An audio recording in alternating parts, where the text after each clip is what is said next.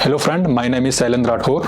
I am the student of Centurion defence academy. मेरा air force phase second of Indian air force X group का clear हो गया है और मेरा जो फेज सेकंड था वो 12 जनवरी 2021 11 ASC गुवाहाटी में था। तो आज मैं उसी का एक्सपीरियंस शेयर करने वाला हूँ जो आपके लिए काफ़ी बेनिफिशियल होगा। बात करते हैं रिपोर्टिंग की। तो मेरा जो रिपोर्टिंग का टाइम था वो 5:30 था इन 11 ASC गुवाहाटी। तो मैं क्या किया, मैंने आधा घंटा पहले ही रिपोर्ट कर दिया, वही करीब 5 o'clock। तो 5 o'clock को रिपोर्ट करने के बाद मेरा 1 घंटे तक डॉक्यूमेंट वेरिफिकेशन हुआ।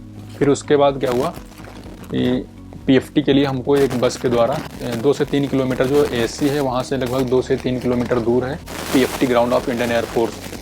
तो वहाँ हमको ले जाया गया। तो उसके बाद जो रिपोर्टिंग कैंडिडेट्स थे वो लगभग 185 यानी कि 185 कैंडिडेट रिपोर्ट किया था। और रिपोर्ट करने वाले फिर जो कैंडिडेट्स थे उनको 2 ग्रुप में डिवाइड कर दिया गया। 2 ग्रुप में डिवाइड करने के बाद फिर PFT एक पहले फर्स्ट ग्रुप का हुआ, फिर सेकंड ग्रुप का हुआ। तो मेरा जो PFT था वो सेकंड ग्रुप में था। तो फर्स्ट ग्रुप का जब PFT हुआ तो बेसिकली PFT में 3 चीज़ें कराई गई। पहले तो कदम ताल हुआ ड्यू टू कोविड, वैसे तो रनिंग होता है। फिर उसके बाद पुशअप हुआ, पुशअप के बाद फिर सिटअप हुआ, सिटअप के बाद फिर स्क्वाट्स हुए। तो सबसे पहले कदम ताल हुआ। तो कदम ताल में बेसिकली एक चीज़ ध्यान करनी होती है कि जो सर कमांड देते हैं तो बेसिकली हमको कमांड को ही फॉलो करना होता है और उसी के अकॉर्डिंग ही हमको कदम ताल करना होता है। तो कदम ताल बेसिकली 50 कराए गए थे हम लोगों के। तो कदम ताल में लगभग 2 कैंडिडेट्स बाहर हो गए थे। उसका रीज़न यही था कि उन लोगों ने सर की बात को ध्यान से सुना नहीं और सुनने के कारण फिर सर ने उनको 2 चांस और दिया, लेकिन 2 चांस में शायद एक बंदा क्लियर हो गया था लेकिन दूसरे वाले का नहीं क्लियर हुआ तो उसको बाहर कर दिया। फिर उसके बाद आ जाते हैं कि पुशअप पे। पुशअप लगभग 10 थे। तो पुशअप में लगभग ऑलमोस्ट एक बंदा बाहर हुआ था, बाकी सारे पुशअप में तो क्लियर हो गए थे। फिर उसके बाद सिटअप हुआ। फिर सिटअप लगभग 10 लिखे हुए थे फेज सेकंड में, लेकिन हमारे साथ थोड़ा सरप्राइज हो गया। वो ये कि मतलब सर ने हम लोगों को, वैसे तो 10 होते हैं लेकिन हम लोगों को सर ने 19 पुशअप करा दिए थे। तो मेरा यही कहना होगा कि लगभग 25 तक आपको जो है सेटअप की प्रैक्टिस करके जाना है। फिर लगभग सेटअप से तो एक ही बंदा बाहर हुआ था, तो अपन लगभग 2 या 3 बंदे बाहर हो गए। तो अब इसके बाद अब बात करते हैं हम स्क्वाट्स की। तो स्क्वाट्स तो 20 ही कराए थे। तो बाकी तो यही सब था जो लिखा हुआ था फेज 2 एडमिट कार्ड पे। फिर इसके बाद क्या हमारा PFT कंप्लीट हो गया। तो PFT से लगभग 10 से 12 कैंडिडेट्स बाहर हो गए थे अप्रॉक्स। फिर उसके बाद क्या हुआ कि हमारा PFT कंप्लीट हो गया। PFT कंप्लीट हो जाने के बाद फिर हमको जो है बस के द्वारा एयरमैन सिलेक्शन सेंटर फिर गुवाहाटी लाया गया। अब वहाँ से उसके बाद फिर हमारा लगभग डॉक्यूमेंटेशन हुआ, लगभग डॉक्यूमेंट वेरिफिकेशन फिर हुआ, 1-2 फॉर्म फिलअप कराए गए। तो फिलअप कराने के बाद लगभग 8:30 से 9 के बीच में हमारा फिर अडैप्टेबिलिटी टेस्ट 1 जिसमें कि SRT होता है, सिचुएशन रिएक्शन टेस्ट।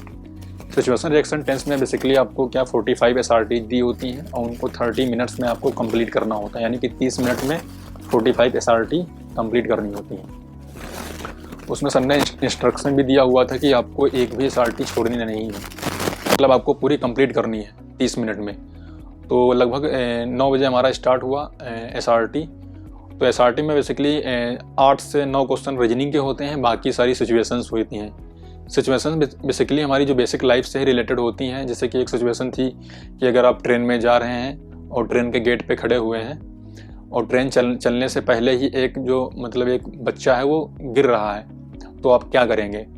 तो पहला था कि आप उसे तुरंत पकड़ लेंगे या पकड़ने की कोशिश करेंगे या आप कुछ नहीं वहीं पे खड़े रहेंगे या फिर चिल्लाएंगे।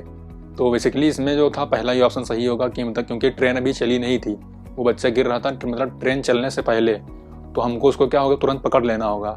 और सेकंड वाला ऑप्शन भी लगभग SRT में 2 ऑप्शन सही होते हैं, लेकिन जो सबसे बेस्ट ऑप्शन होता है वही आपको सेलेक्ट करना होता है। तो इसमें जो मेरे अकॉर्डिंग जो सबसे बेस्ट ऑप्शन था वो यही था कि आपको तुरंत पकड़ना है, क्योंकि अगर आप कोशिश करेंगे तो इसका मतलब ये हुआ कि कहीं ना कहीं ये निगेटिव रिजल्ट दे रहा है कि कोशिश कर रहे हैं, आपने 100% नहीं किया। तो और लगभग 1-2 रीजनिंग के भी क्वेश्चन थे, जैसे कि बिल्ली को कुत्ता कहा जाता है और कुत्ता को शेर कहा जाता है। तो आपके मतलब घर में कौन से जानवरों को पालते हैं, तो बेसिकली कुत्ता, तो कुत्ता को बिल्ली कहा गया, तो बेसिकली इसका आंसर बिल्ली हो जाएगा। तो ऐसे ही कुछ रीजनिंग क्वेश्चन थे। और हमारे लगभग SRT से लगभग 3 बंदे बाहर हुए थे। उसका रीज़न यही सर ने बताया कि उन्होंने हमने जो इंस्ट्रक्शन दिए हुए थे उनको फॉलो नहीं किया, या लगभग हो सकता है कि 45 क्वेश्चन टोटल अटैम्प्ट ना किए हों, तो यही रीज़न रहा। बेसिकली आपको पूरे 45 क्वेश्चन अटैम्प्ट ही करने होते हैं, वो ज़रूरी होता है। फिर बात करते हैं एडाप्टेबिलिटी टेस्ट 2 की। एडाप्टेबिलिटी टेस्ट 2 में बेसिकली जीडी होता है, ग्रुप डिस्कशन। तो हमारा जो ग्रुप था वो लगभग 18 बंदों का था, मतलब 18 कैंडिडेट्स का ग्रुप बना हुआ था। और हमारा जो जीडी हुआ था वो लगभग 3 बजे का अप्रॉक्स हुआ था। तो हमारा जो जीडी का प्रोसेस स्टार्ट हुआ, तो हमारा जो जीडी के जो ले रहे थे वो विंग कमांडर से इसके झा सर थे, वही ले रहे थे। तो हमारा जब जीडी स्टार्ट हुआ तो बेसिकली हम लोग गए रूम में, हमारा बेसिकली रूम में ही हुआ था। तो वहाँ सर ने हमको एक पेज देते हैं, तो उसको पढ़ना होता है, आपको 5 मिनट उससे आइडिया लेना होता है। और सर ने ये भी बताया कि आपको इससे सिर्फ आइडिया ही लेना है, इसमें से आपको कुछ बोलना नहीं है, सिर्फ मतलब आइडिया लेकर के आपको बोलना अपनी तरफ से। फिर सर ने कुछ इंस्ट्रक्शन दे दिए कि आपको इंट्रोडक्शन में क्या क्या बोलना है और कितना टाइम में बोलना है। तो बेसिकली इंट्रोडक्शन में सर ने यही बताया कि आपको जो है आपको नाम बताना है, फादर्स नेम बताना है, और आपकी फेवरेट हॉबीज़ क्या क्या हैं। और बेसिकली फिर बताया कि why you want to join Indian air force, मतलब आप इंडियन एयरफोर्स क्यों ज्वाइन करना चाहते हैं, आपको ये बताना है। फिर सर ने बताया कि 30 सेकंड में आपको अपना इंट्रोडक्शन देना होता है और 30 सेकंड में आपको टॉपिक के बारे में बोलना है। फिर जीडी स्टार्ट हुआ, तो मेरा जो चेस्ट नंबर था वो 119 यानी कि 119 था। और जो हमसे जो पहले वाला बंदा था उसका मतलब 118 था। तो सेकंड नंबर पे मेरे को ही बोलना था। तो 5 मिनट तक हम लोगों ने उस पेज को पढ़ा। तो उस जो पेज था वो बेसिकली हमारा जो टॉपिक के बारे में जो बता रहा था वो टेलीविज़न था, कि impact of television in the society.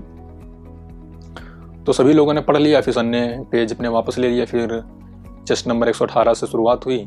तो उसने भी मतलब बोला, अपना इंट्रोडक्शन दिया 30 सेकंड में। 30 सेकंड में फिर टॉपिक के बारे में बोला। फिर 119 मेरा था, तो फिर मेरा भी स्टार्ट हुआ।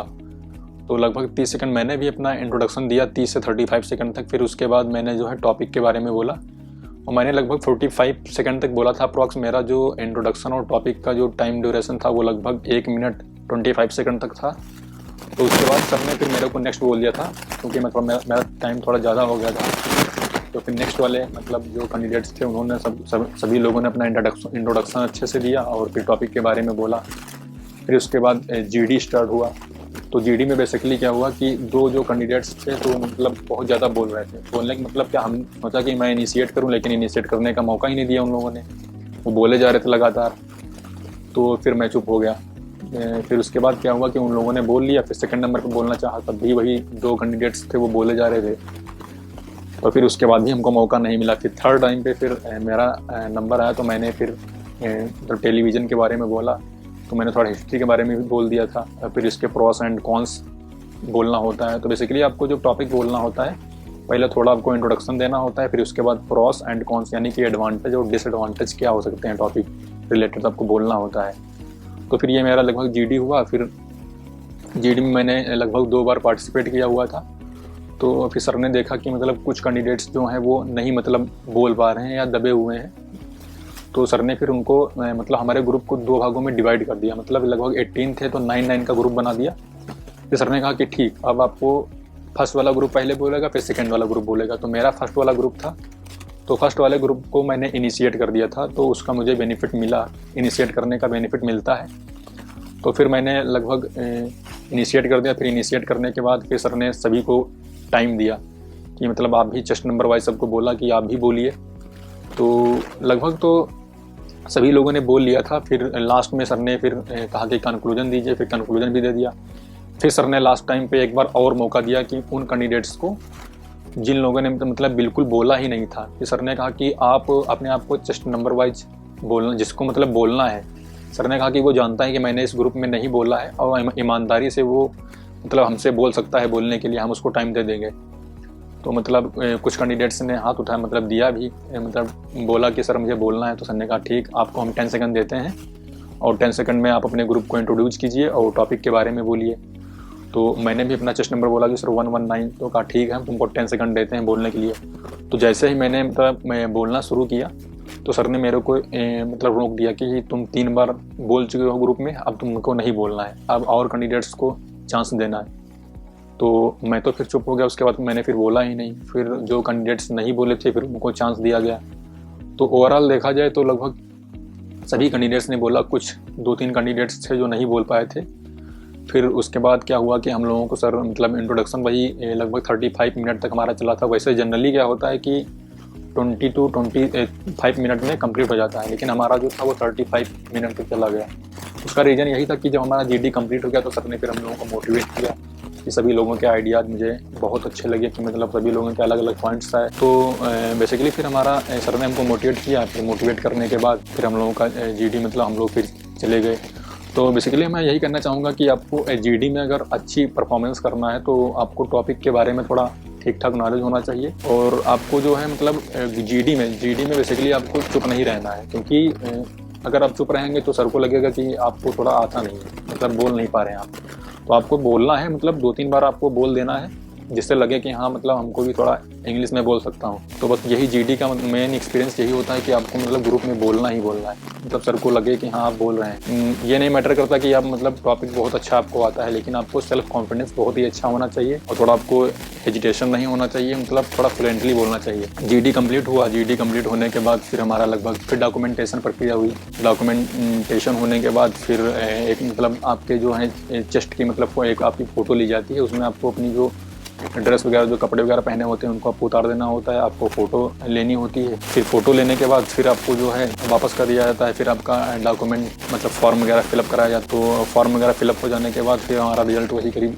6:30 के अप्रॉक्स आया हुआ था। हाँ, मैंने ये बताना भूल गया कि हमारे ग्रुप से कितने बंदे मतलब कैंडिडेट्स बाहर हुए थे। तो हमारे जो ग्रुप 18 था उसमें से केवल 3 कैंडिडेट बाहर हुए। उसका रीज़न यही था कि उसमें जो मतलब उन कैंडिडेट्स ने मतलब अच्छे से इंट्रोडक्शन भी अपना नहीं दे पाए, मतलब वो टॉपिक के बारे में थोड़ा सेल्फ कॉन्फिडेंस नहीं था, थोड़ा रुक रुक के बोल रहे थे और टॉपिक के बारे में बहुत ही कम ही बोला। तो आपको मतलब बोलना काफ़ी टॉपिक से रिलेटेड ज़्यादा बोलना है। आपको इंट्रोडक्शन मतलब जितना सारे इंस्ट्रक्शन दिए हुए हैं आपको उन्हीं को फॉलो करना है, उससे ज़्यादा कुछ नहीं आपको करना है। तो बस वही लगभग हमारे ग्रुप से अगर बात करें जीडी में टोटल कितने कैंडिडेट्स आउट हुए होंगे, तो हमें लगता है कि लगभग 50 से 60 कैंडिडेट बाहर हो गए थे, क्योंकि लास्ट टाइम तक जिन लोगों को मेडिकल लेटर अपॉइंट मतलब मिला हुआ था तो उसमें से लगभग 105 कैंडिडेट्स बैठे हुए थे। बाकी 185 में से 105 लगभग 80 कैंडिडेट बाहर हो गए थे, जिसमें से 15 लगभग पीएफटी से बाहर हुए होंगे और लगभग जो मतलब 70 कैंडिडेट्स होंगे लगभग, या 70 या 65 कैंडिडेट्स वो हमारे जो हैं जीडी से बाहर हो गए। तो बेसिकली अगर मैं तो आपको अपने बारे में बताऊं तो मैं तो हिंदी मीडियम बैकग्राउंड का स्टूडेंट्स था। तो मैंने फेज सेकंड की प्रिपरेशन के लिए मैंने सेंचुरियन डिफेंस एकेडमी को ज्वाइन किया। तो बेसिकली मेरी इंग्लिश की अंडरस्टैंडिंग थी, लेकिन होता क्या है कि जब आपको ग्रुप में पार्टिसिपेट करना होता है तो आपको थोड़ा हेजिटेशन होता है कि कैसे मुझे बोलना है। तो इस चीज़ के लिए मैंने प्रिपरेशन 1 मंथ के लिए मैंने सेंचुरियन डिफेंस एकेडमी को ज्वाइन किया हुआ था। तो यहाँ बेसिकली तैयारी तो लगभग सफिशिएंट हो गई थी, क्योंकि गुरकीरत मैम ने बहुत अच्छे से तैयारी कराई हुई थी हम लोगों की जीडी की। तो लास्ट में मैं यही कहूँगा कि अगर मैं हिंदी मीडियम का छात्र होकर के अगर जीडी को क्लियर कर सकता हूँ तो डेफिनेटली आप लोग भी अच्छे से क्लियर कर सकते हैं। बस शर्त ये होता है कि आपको अच्छी गाइडलाइन की ज़रूरत पड़ती है। जय हिंद।